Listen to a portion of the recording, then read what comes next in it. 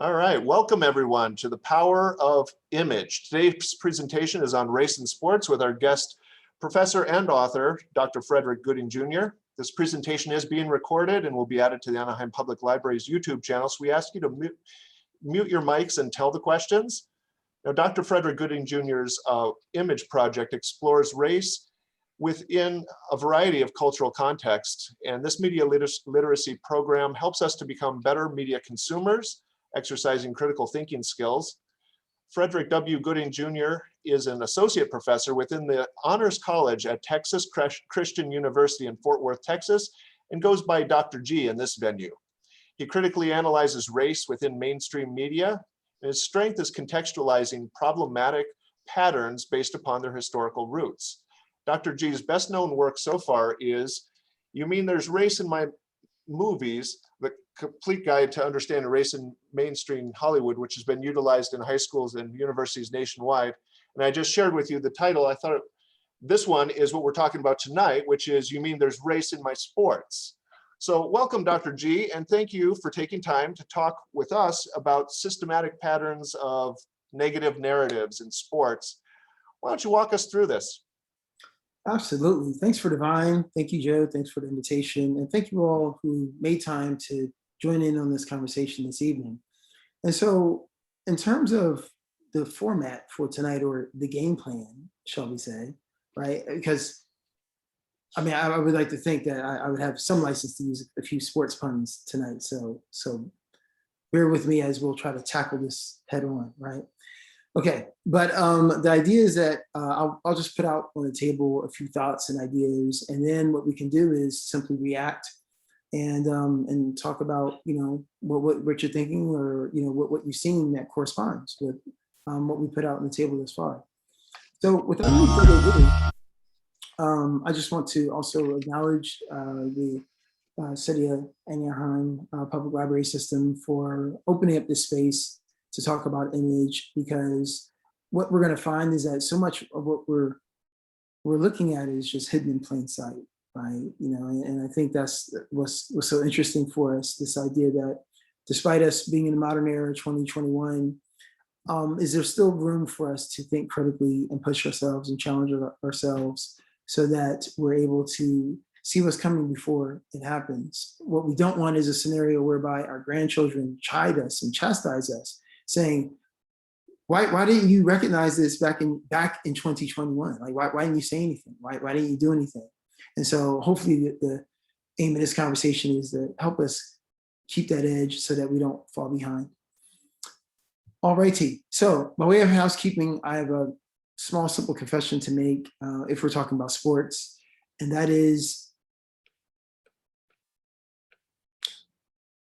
I am a diehard Philadelphia Eagles fan. And so therefore, I'm going to have you suffer through this.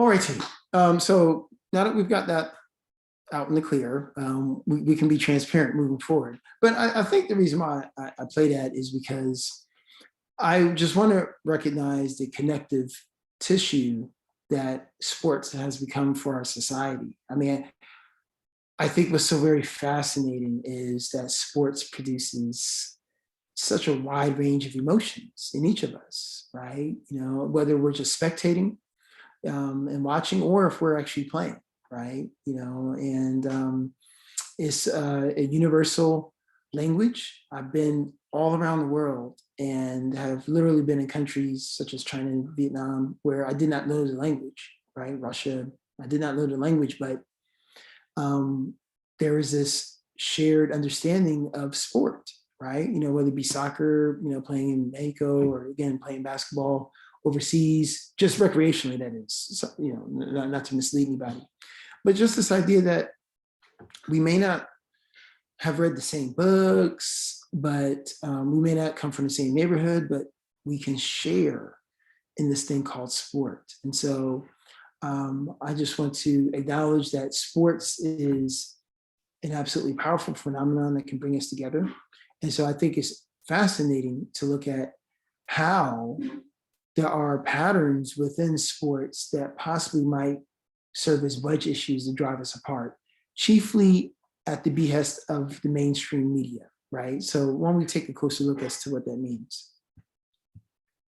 So in the book, it goes into more detail, and again, I don't want to bore you right now with all the theory, but the idea is that within mainstream media, there are several shorthands or several shortcuts by which the media frames stories. Because again, the sport is just a sport, but what we are supposed to think about and how we think about it is directly influenced by mainstream media. And what we often take for granted is, say, if you're watching particularly like a playoff broadcast, whether it be hockey or baseball, we take for granted that while we were busy working all week long, they were also working, while it seems like, oh, it's just a 3-hour baseball telecast. No, they were working all week long, interviewing coaches, managers, talking to parents, so they could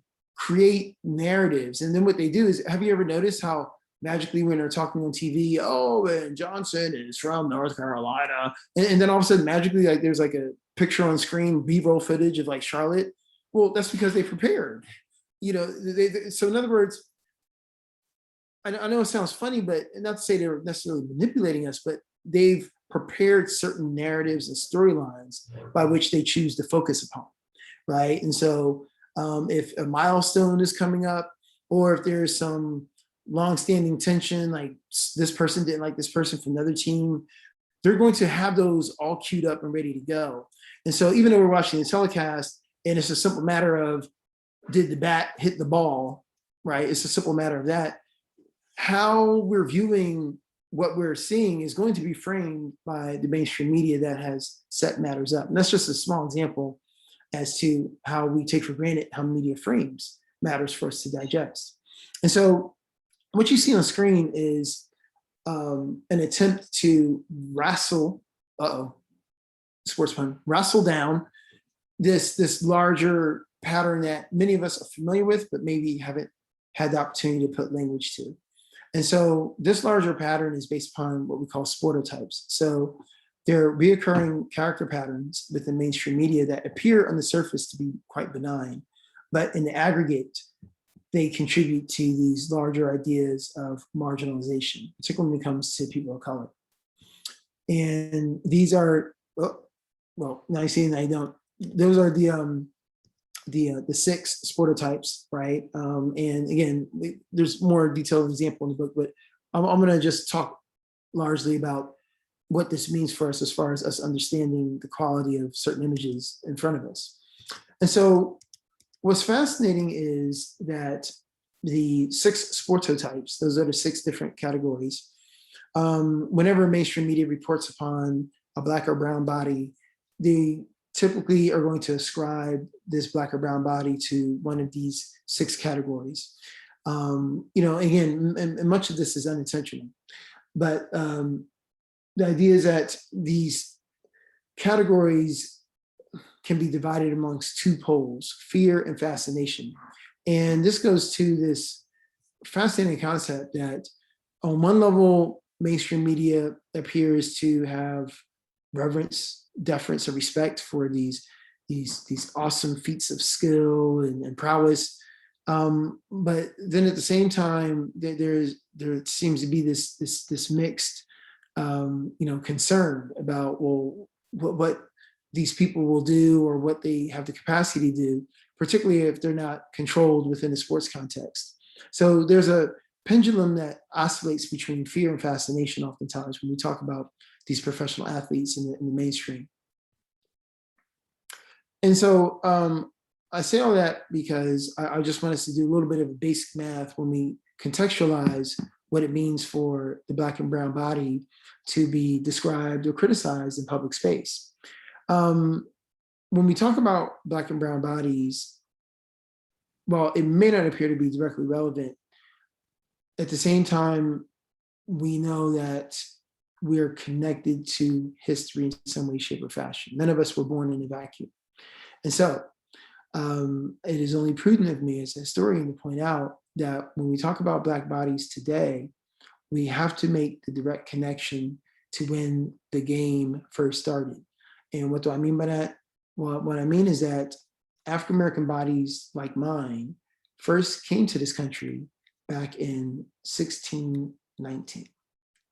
And that was at Jamestown, Virginia, when 20 odd Negroes were on a ship, to be enslaved. And so just by doing a little bit of basic math, if we're talking about 1619 to the point of the passage of the 13th Amendment, remember, Emancipation Proclamation did not actually free any enslaved individual. We're talking about nearly a quarter of a millennia of captivity.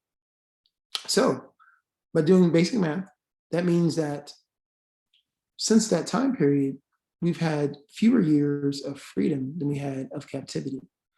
So it's not to say that significant strides have not been made within the last 155 years or 156, but it's just to state the obvious.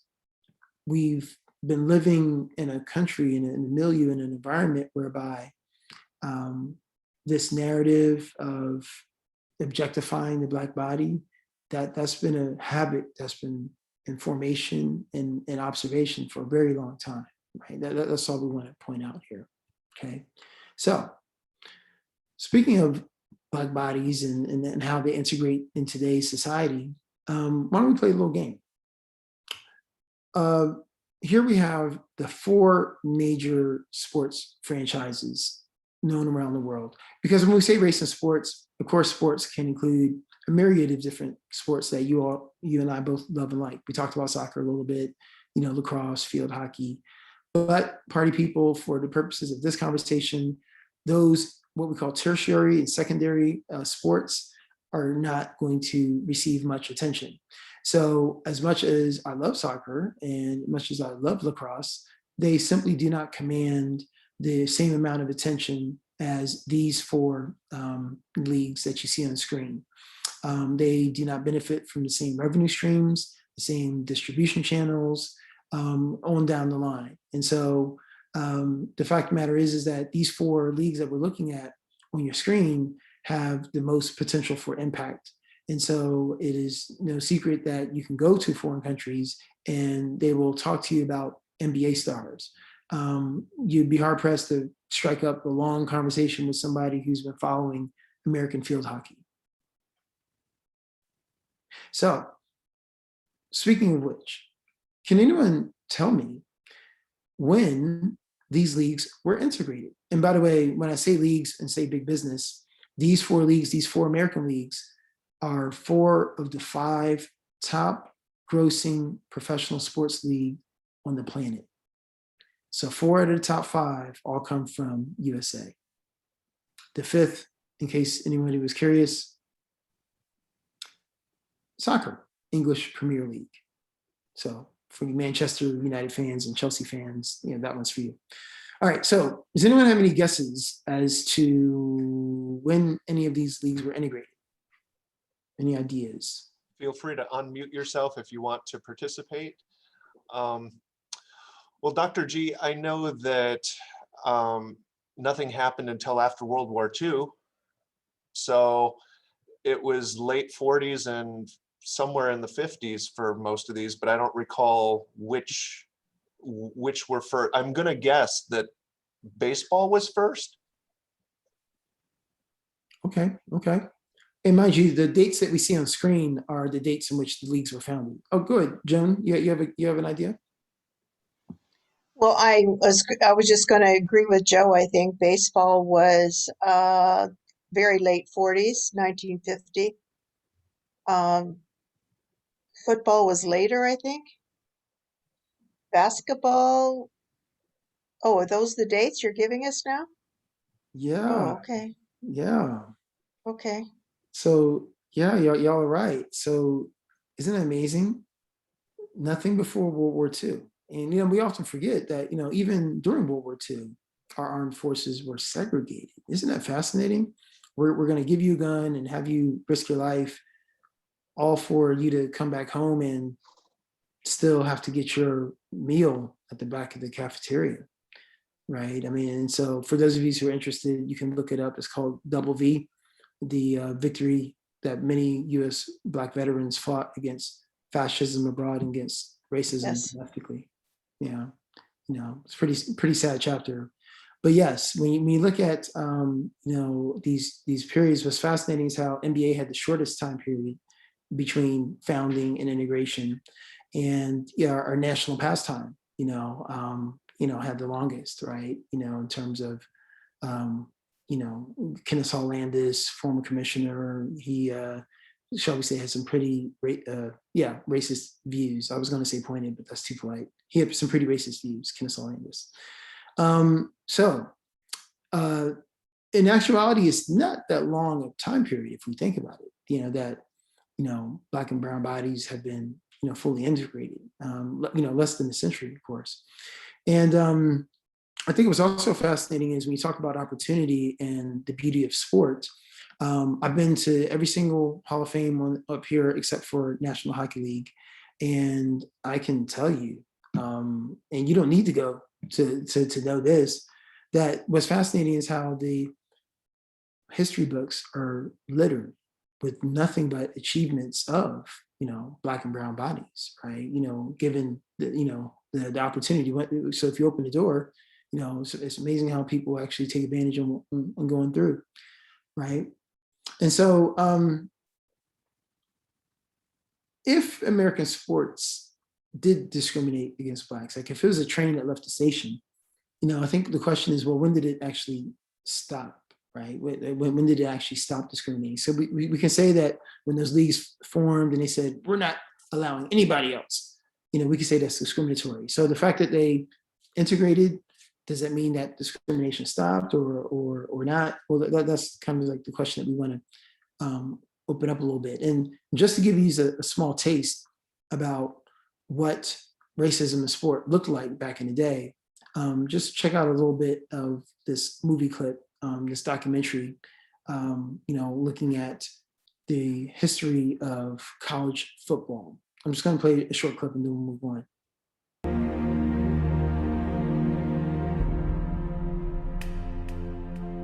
This illustration appeared in 1904 in one of America's most popular publications, Life magazine. The artist was James Montgomery Flagg, the same man who a decade later drew Uncle Sam. I talk about this in the classroom and my students look at me like I'm crazy, and then I throw like quotes up on the board about Anglo-Saxon supremacy and anxieties around white manhood and the ordering of the races, where white men need to be on the top of the social hierarchy, and one way they can showcase their supremacy is on the gridiron. In the first half of the 20th century, the social hierarchy was maintained by keeping Black players out of the game. Southern football was completely segregated, and teams in the rest of the country almost never had more than 1 or 2 Black players, if any at all. On the field, Black players were often targeted by white opponents. In 1951, Drake's Johnny Bright was the nation's leading rusher and a contender to become the first Black player to win the Heisman when his team traveled to Oklahoma A&M. There's jealousy there. There's racial jealousy. There's a chip on their shoulder. There's talk in the town that the Black guy's not going to last the whole game, right? Media sending photographers there because they're anticipating something's going to go down, and it did. On the first play of the game, he was brutally attacked. There's no other way to put it. I mean, his jaw was shattered.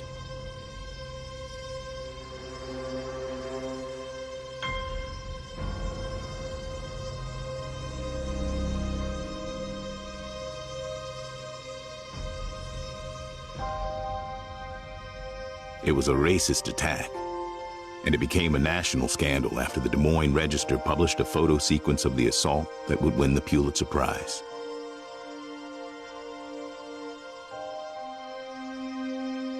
Despite his injuries, Bright was still named second-team All-American. And it was performances like his that pushed more schools around the country to integrate their teams. Okay, whoa. So a couple things. We see that it wasn't just the game, it was more than just the game. And the idea that a Black player could be dominant physically was very difficult for many people to absorb. I mean, it created this idea of cognitive dissonance. And so you saw with your own eyes, this was not what we would call a football play. I mean, he was just attacked, right? Elbow to the jaw. And I think it just rubs against this idea of sports as a meritocracy, right? I mean, because if anything, okay, so remember at this time in society, if not now, but still at this time in society for sure, the game was rigged. I mean, think about if you're Black, you can't even move into a white neighborhood because of redlining and restrictive covenants. And then if you do move in and have a white friend who puts their name in the deed, then you have people outside your house protesting and throwing rocks while the police stand by and watch. I mean, there's numerous cases that you can look up. Ossian Sweet is one example. So you have that. You have this idea that I can't find a job in the workplace, that will pay me adequately. Even today, I mean, women, as you know, and African Americans still receive less than white males for similar educational backgrounds and same jobs. You can only imagine back then, just education, the restrictions. So there's this idea that if there's one place we're equal, it's out in the gridiron, it's on the court. If you run faster than me, then you're better. It's just that simple. But even that could not be observed, right? There's this idea that we need to literally cut you down to size, like know your place, right?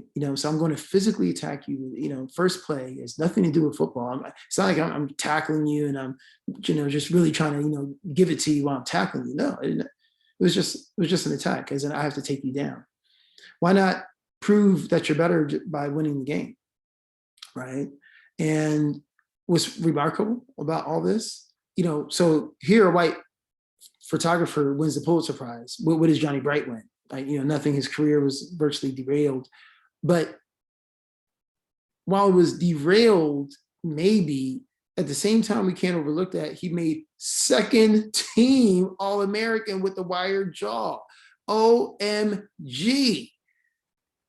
And it's just really, because I think sport, for those of us who play sport, we maybe love it because it pushes us, in terms of our limits. We think that we can't go any further, but yet there's one more last, gasp in us, right? There's still one more charge that we have in us, right? So sport shows us like our limits and our capacities. And I think in a perverse way, this very horrible story shows us that, wow, maybe there's a missed opportunity here with Johnny Bright. Because if he can make second team All-American with the wired jaw shut, and this is back in the day, right, when medical care was what it was. Can you only imagine if he had that opportunity, if he had support, just who knows what he could have done, right? But this is just a reminder of how the game was rigged in so many ways, and it was very difficult in order to even have the opportunity to show and prove who is better. And, along those lines, here are just a couple names that you may recognize in terms of important breakthroughs.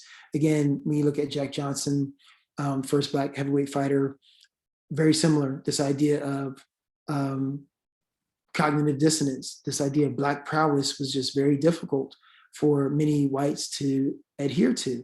And in fact, they even, for years had this running gag, if you would, called the Great White Hope. They were literally trying to find a white person who could actually defeat him in the ring. And Jack Johnson was defeated, if you would, by shall we say, creative legal reasoning. They charged him with trumped up charges, and that was the beginning of his downfall. Jesse Owens, I think, in many ways also deflated, this, idea as espoused through Hitler. We point at Hitler, but, again, you can look it up. You will find many Nazi writings that actually indicate that they received inspiration from who? You guessed it, Jim Crow America, right? In fact, several Nazi higher ups came to study in America and study Jim Crow America. That's who the Nazis were inspired by. Just to put everything in context. So before we point the finger at them, of which we should, it was horrible, shouldn't have happened. Let's also be mindful about what was happening in our own country. And so Jesse Owens, in many ways, defeated this idea that there's this narrative of the master race, that, that only white people could succeed and excel. Obviously not true. Jackie Robinson, as Jonah mentioned, did integrate baseball. And that was, of all the sports, I think this is the one that probably receives the most amount of attention. And they do honor him by wearing his jersey number every year. But you should still check out his autobiography, just by way of engagement. If someone can look it up and let me know when you found it, I'll be curious to share it with, the rest of the group. But check out the name of his autobiography. I think it's pretty revealing as to what type of life he led, right? Althea Gibson, I don't know how you overcome polio and become a world-class sprinter. I don't know how you do that, but she did it. Absolutely amazing. Arthur Ashe, again, I think what's all the more remarkable about Arthur Ashe, rest in peace, is we have yet to have a Black male Wimbledon champion since, right? Just when we think about this idea of access, right? So Tiger Woods didn't open up the floodgates, and neither did Serena or Venus Williams. It's still hard, it's still tough sledding in terms of opportunity. Remember, it's not about the skill, but for those of us who play tennis, how expensive those lessons are. It's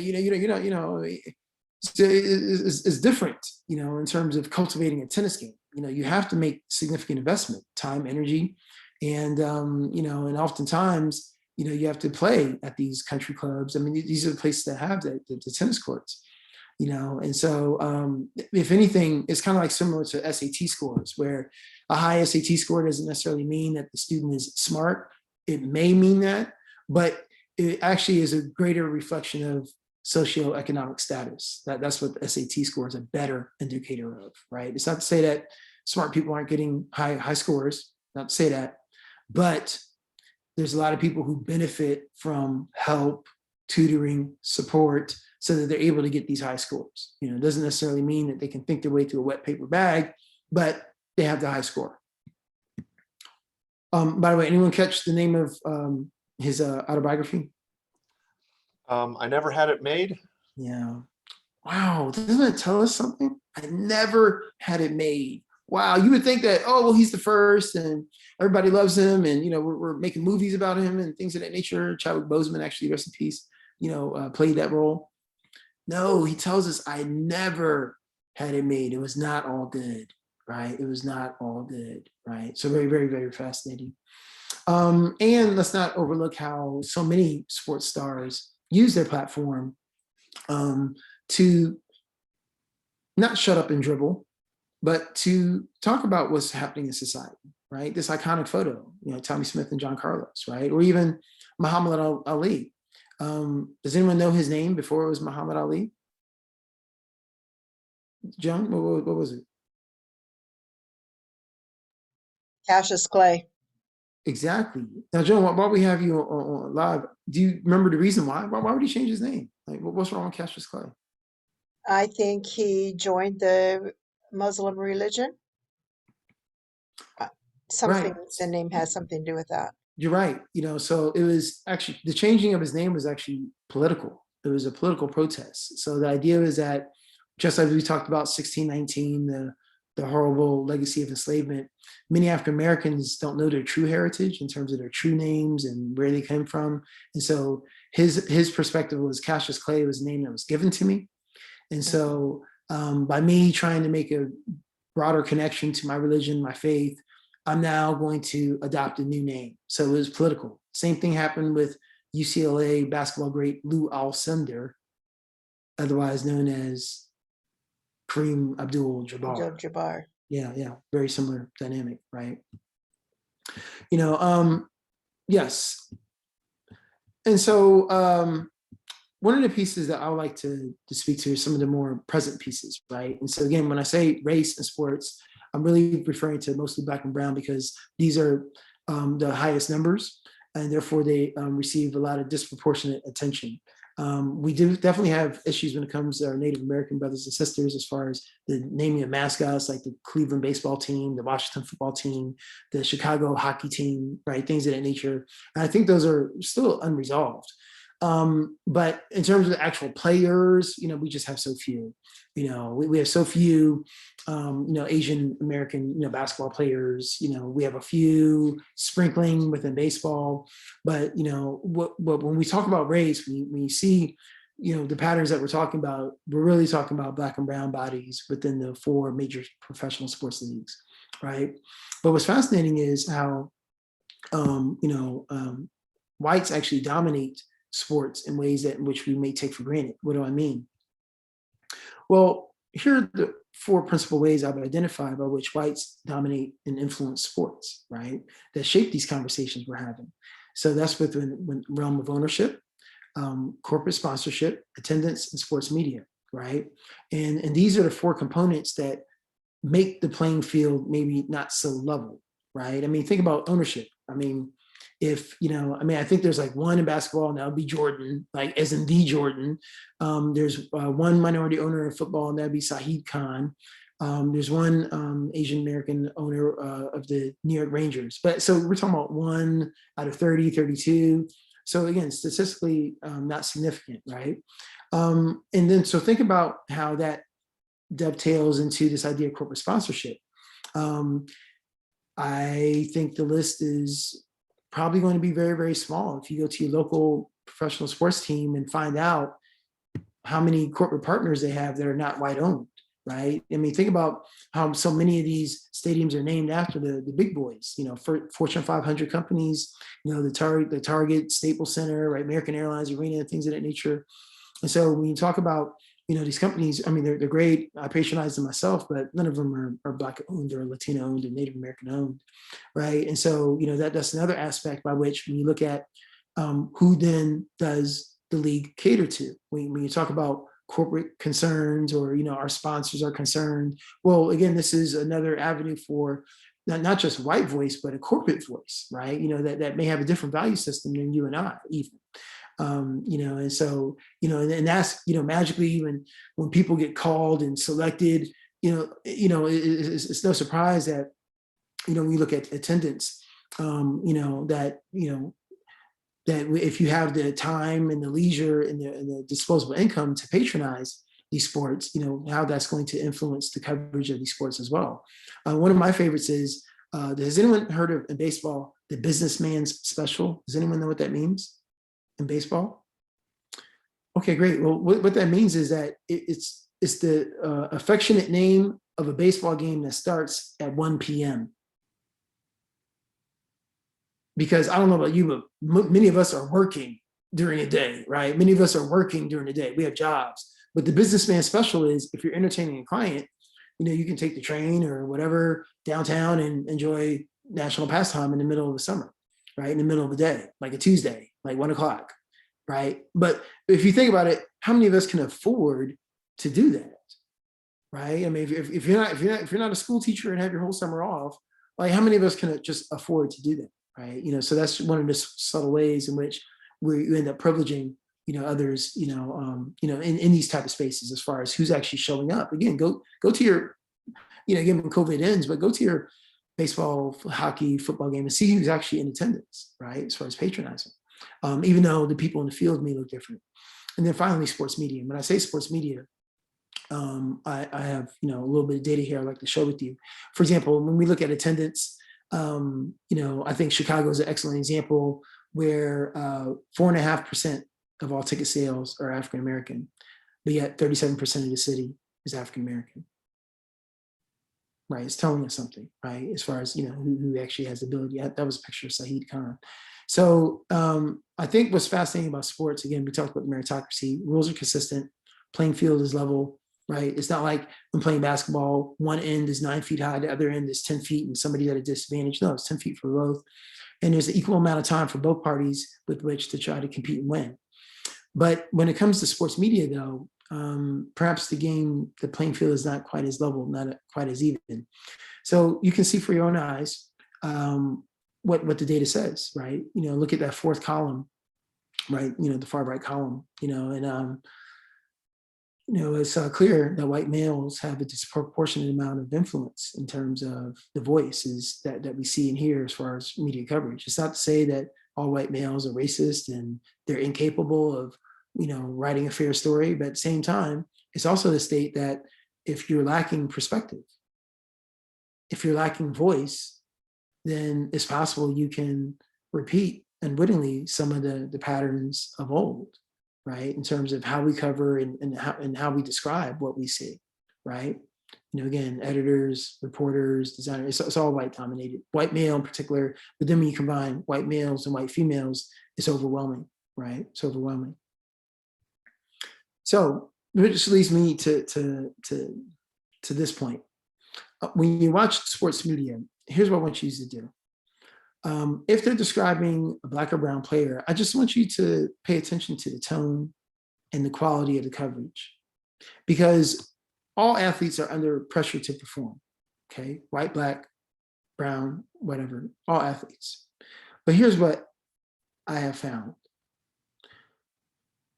Many of our white athletes are experiencing what we call supportive pressure, meaning that the pressure comes from underneath. Think about your Olympic coverage, right? I mean, seriously, think about your Olympic coverage. I mean, I can't even remember whether Lindsey Vonn won a gold medal or not, but I know about her, I know about her grandmother, I know about her journey, I know about her story, right? For 45 minutes before she even goes down the slope and preliminary round, we got tears, we got dogs, I know everything about her, right? So I'm connected to her, and it's like, all this pressure for her to succeed. And if she fails, it's okay. The wind conditions were kind of tough. Remember, she had her grandmother's health on her mind, right? It's all these situations where, oh, well, it's okay. And she'll bounce back, and because she's a fighter. So if she didn't win, it's okay. That's supportive pressure. Yes, there's pressure on her to perform, but we're rooting for you. In contrast, non-whites experience what we call suppressive pressure,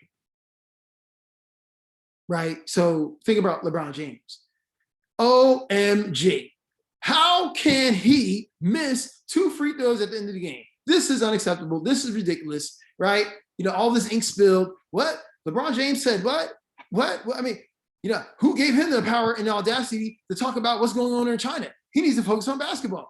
I mean, so anytime a Black and brown athlete makes a mistake, oh, we're going to hear about it. They should have known better. Oh, they weren't thinking. They didn't consider. If they had only thought of, right? So it's coming from this idea of, look, come on, what have you done for me lately? You have to prove that you're worthy of my respect. Suppressive pressure. Okay. So here's a couple examples if you don't believe me.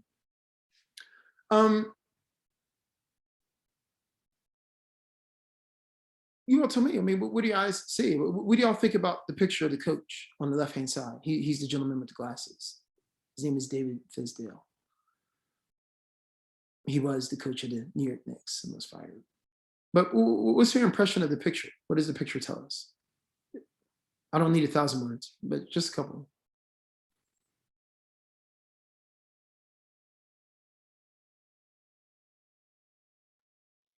I mean, he looks sad. He looks stunned. He looks aghast. I don't know. I don't know him. I don't know the circumstances. Yeah. So again, it's a subtle but significant point.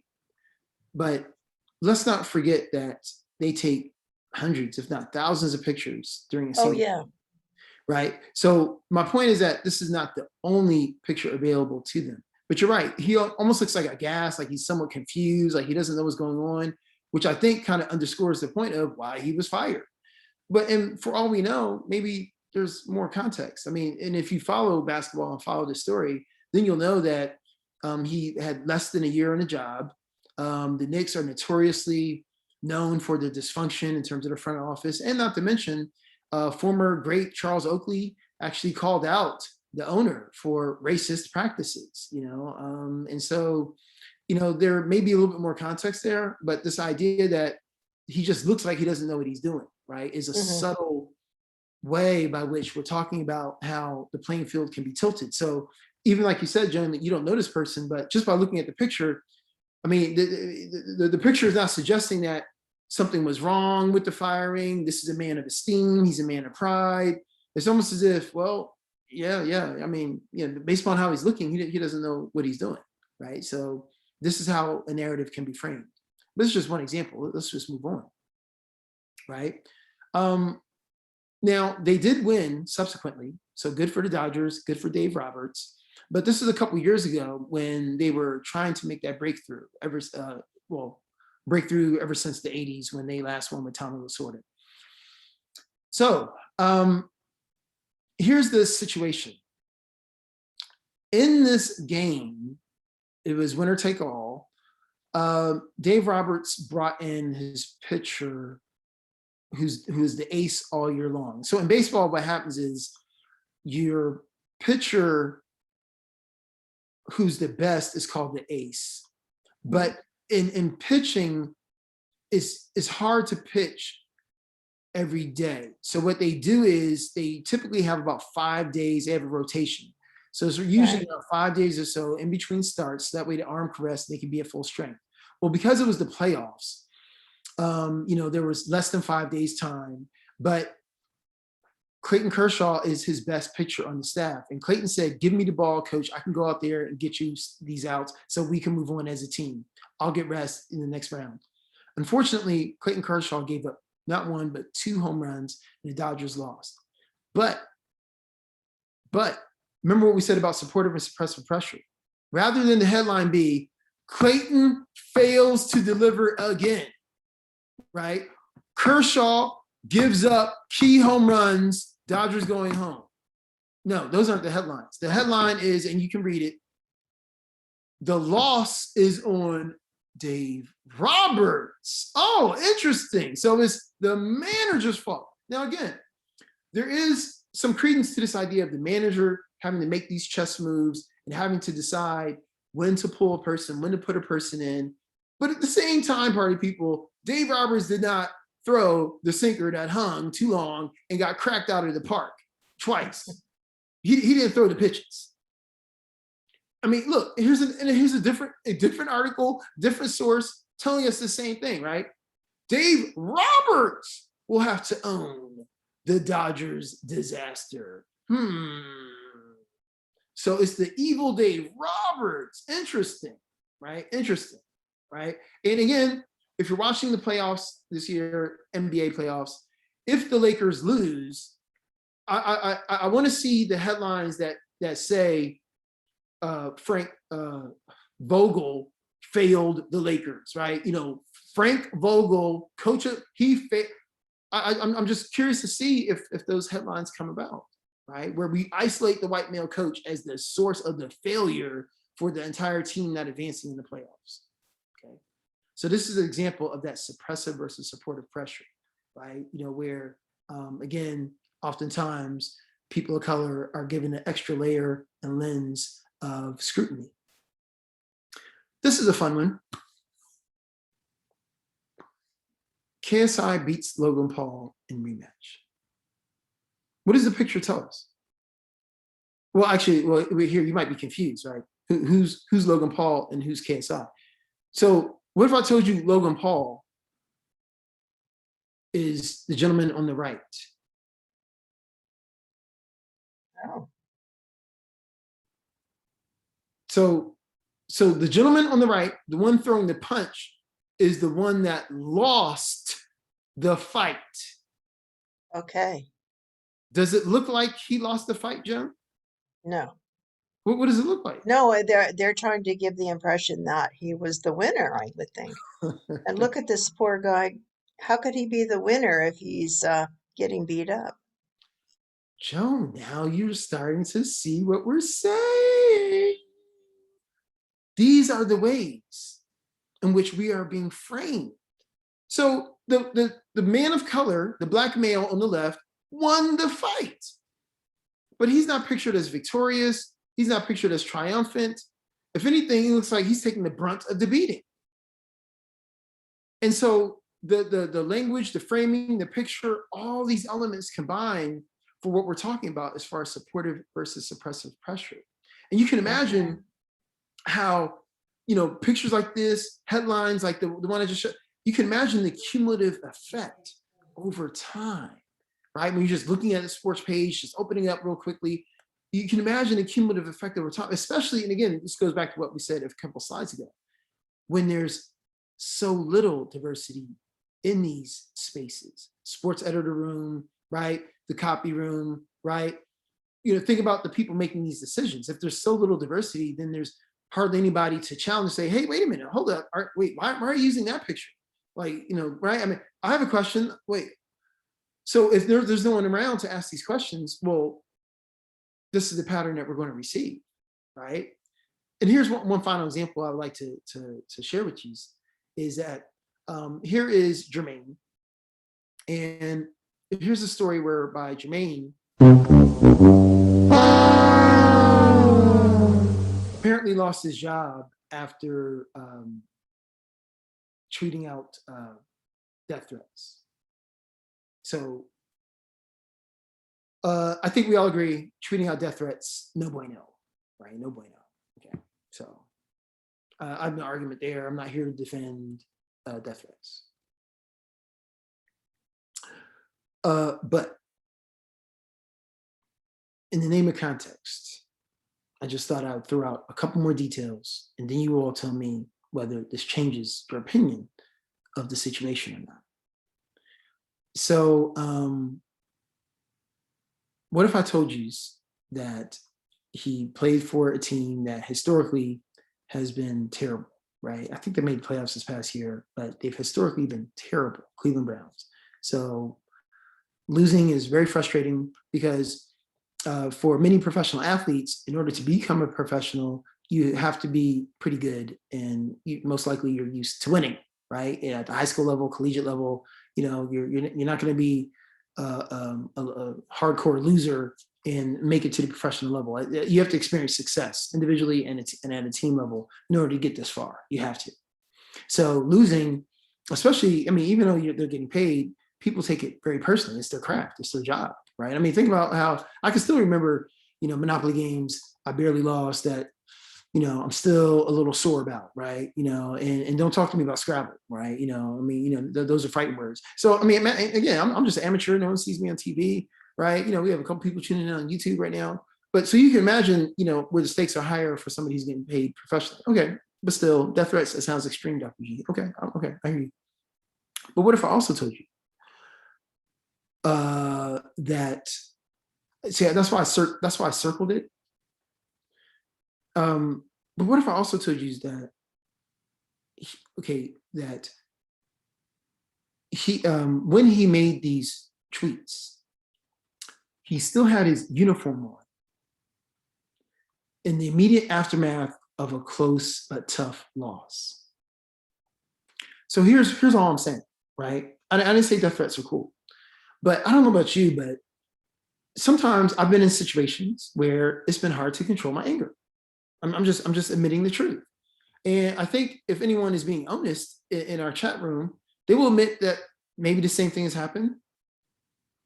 Like if someone cut you off while driving, hey, what? Right? Mom, what did you just say? Oh, no, I'm sorry. They just don't know the rules of the road, right? Grandma, how can, what? So here we're all, right? Here's what I'm saying. We're normal people, we're good citizens, but yet if someone cuts us off, we let them have it. We're beeping, we're saying things, we're angry, and it's okay to be angry.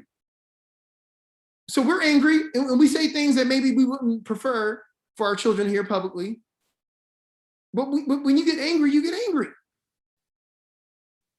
Now, again, some people take road rage too far, but all of us have been there where we've been incensed over someone who made a bad, decision on the road that's bothered us. So all I'm saying is, can you imagine you're in the locker room? Now, again, it was bad advice for him to pick up the phone immediately after the law. I don't know why the young man did that. But the point is, he's a young man. It's not some 50-year-old dude, right, who's seasoned. He's in his young 20s, testosterone pumping, adrenaline pumping. He still got his uniform on, still sweating, just lost.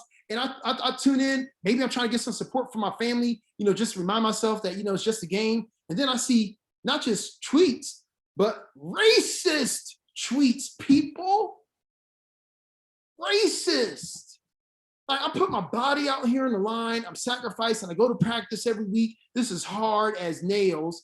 And then I have somebody calling me the N-word and this, that, and the third. No. How about, if you want some of this, come over here and I'll give it to you myself. Right? Send. All I'm saying is I can understand. That's all. I'm not underwriting it. I didn't say it was cool, but I think I can understand it.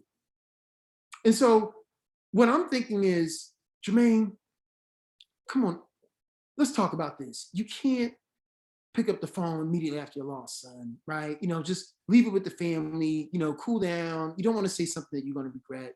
A lot of people looking at you, et cetera, et cetera. No, that wasn't the conversation. The conversation is, son, you're done. I mean, no, think about that. Like, he's done.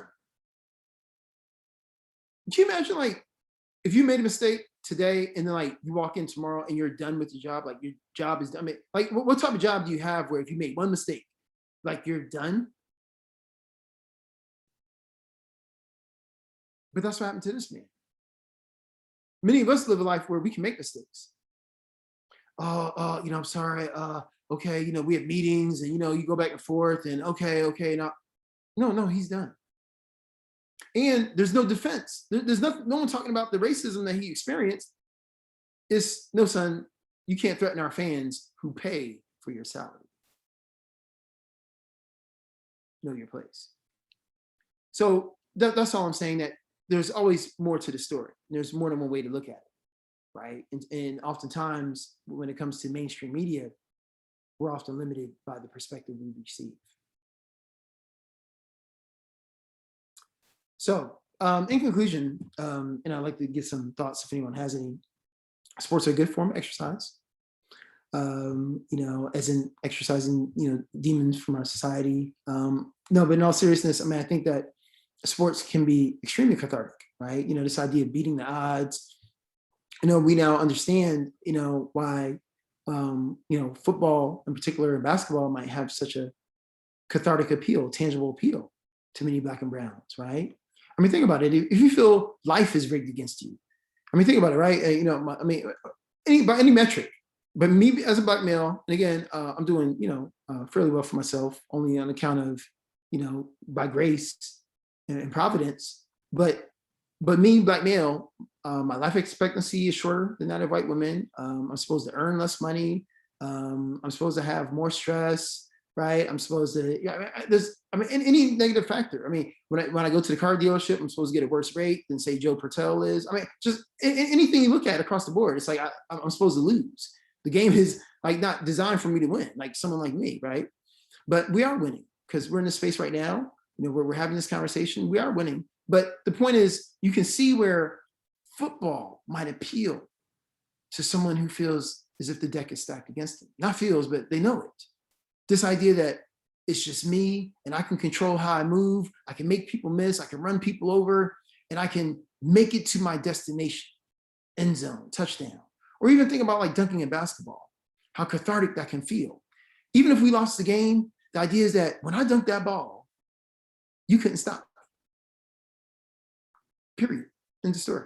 Okay, yeah, we lost. But when I went up to dunk that basketball, you did not stop me. Just by pure physics and sheer will, I put that ball through the hole. That's what I did. I mean, it's cathartic. Like, yes, I can finally control something rather than people telling me, I'm no good and I can't do anything. Like, I mean, that's just so frustrating about this thing called racism. And it's like, it's not logical. Like, really? Why? Like, wait, why do I have to go to the back of the bus again? Like, wait, why? Wait, remember, I'm good enough to clean your house, but I'm not good enough to walk through the front door of it? Like, it just doesn't make any sense. It's not logical. But I'm good enough to clean your house. I mean, remember, you can't do it. You can't do it, but I'm good enough to do it. Oh, okay. Right. So we can see how sports has this appeal, right? When we talk about power and control, right? Blah, blah, blah, blah, blah, blah. But here's what I want to end on. A great scholar, orator, and fellow Morehouse graduate once said that in the final analysis, racism is evil only because its ultimate logic is death. And yes, that was Dr. MLK. So I just want to throw these ideas out here for us to consider in terms of, if we keep playing this racism game, are we not playing a game of death, right? Because ultimately racism does hurt people. It may inconvenience some of us, but it is hurting, many others. And I think that even when we talk about something like sports, something as innocuous as sports, and I love the Eagles, and you all love the Rams. Okay, great. I mean, I still want to challenge us to think critically about what we're taking in and how we're taking it in, because there's always an originating perspective. And not to say that the perspective necessarily is flawed, but we just must consider what's the source, and is there an alternate way to tell that story?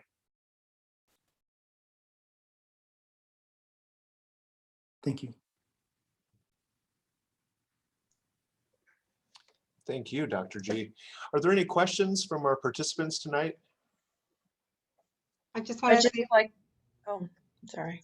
Sorry, I just wanted to say thank you. That was very informative. Thank you. Thank you.